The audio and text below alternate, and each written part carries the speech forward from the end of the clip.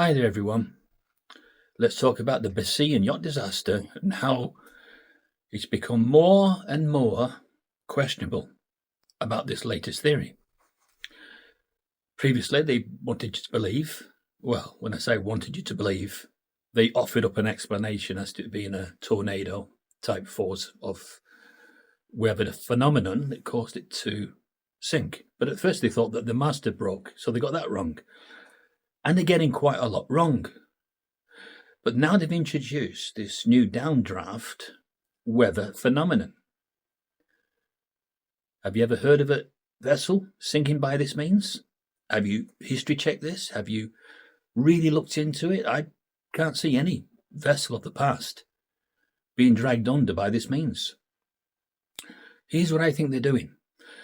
They're aware that people are starting to put jigsaw pieces in regarding what the cause could be. And a lot of people are pointing to the government program, HARP. So what they're doing is they're introducing this downdraft method to cover themselves. So what they're doing is they're aligning this to the conspiratorial theory of directed weather phenomena that can be weaponized and directed to a pinpoint accuracy anywhere to carry out nefarious plans. So what they've done here is give you more reason as a conspiracy theorist or a truth seeker. They're giving you more reason to believe that the original thought pattern of this being perhaps directed, purposeful, disastrous event, they're giving you more reason for you to believe that that could well be the truth by introducing the downdraft method, of which nobody previously has heard of, sinking any vessel.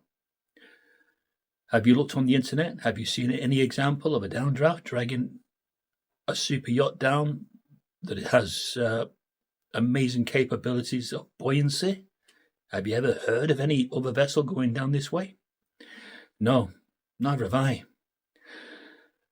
And so I think that's what they're doing. I think they've been told to align their story, to cut off any further close scrutiny by our kind, truth seekers, and those that are looking for the real truth. Now, I didn't think this was going to be an easy investigation.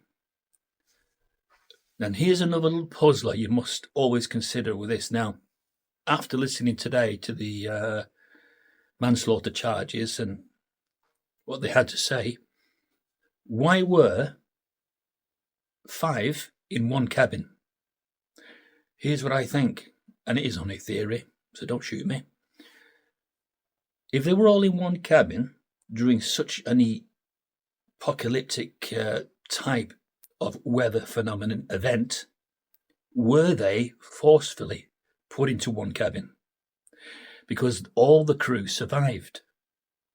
If all the crew survived, then don't let them go back to their normal secular activities.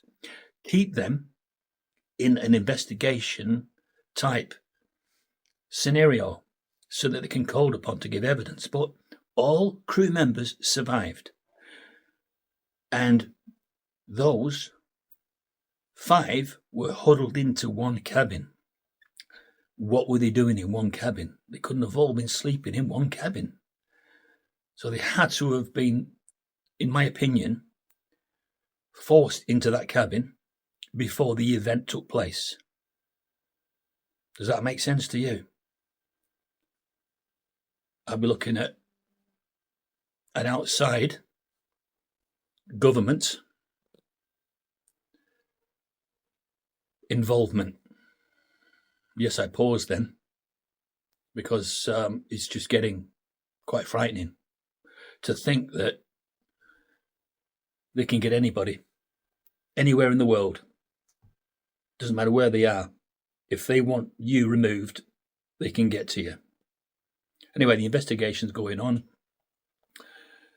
And the downspout theory is now taking gravity. And so everybody has ruled out the tornado method. But personally, to wrap this up, I believe they've introduced this downspout method to align it with conspiratorial speculation. And it's to give them time.